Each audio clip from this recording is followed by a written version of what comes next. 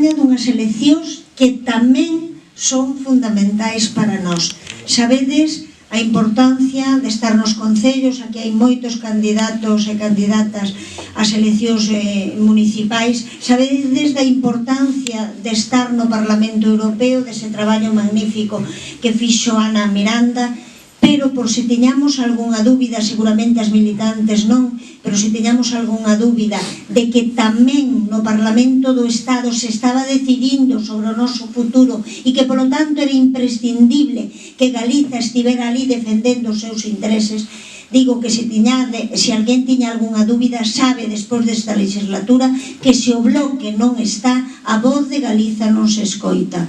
E é verdade que algo se falou de Galiza, pero cando falamos diso queremos falar das cousas de comer, queremos falar de orzamento, ese orzamento fallido que presentou o Partido Socialista e que Podemos, xa non sabía eu nin ben como chamar, iba de chamar en Podemos, que Podemos, en Marea, en Común, como se chamen, votou a favor eses orzamentos que representaban un 20% menos para Galiza. Entón, se o Bloque está, non permitirá que Galiza reciba menos de aquelo que necesita e sobre todo daquelo que en xustiza lle corresponde. E iso será o que permitirá facer políticas de emprego, facer políticas verdadeiramente efectivas para a igualdade entre homes e mulleres.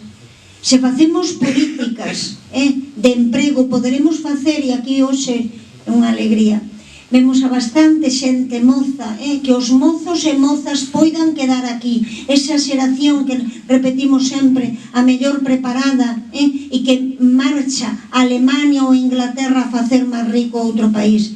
Necesitamos aquí transferencias que nos permitan facer outras políticas laborais para acabar ca precariedade, para verdadeiramente ter dereitos como traballadores e traballadoras.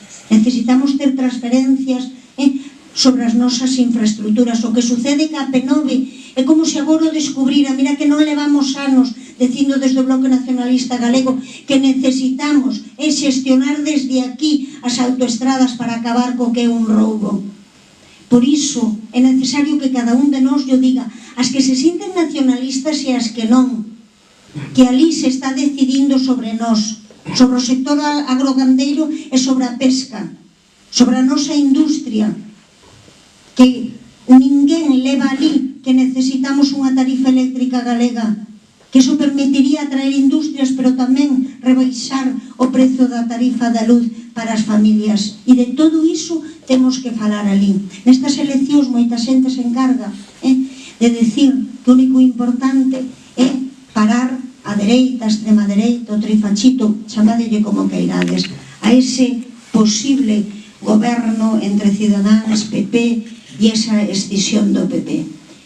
Pois para paralos, desde logo os votos do Bloque sempre están aí, sempre foi así, nas diputacións ou nos concellos, no Parlamento Galego. Nos nunca, con noso voto, permitimos que gobernase o Partido Popular. E vos lembro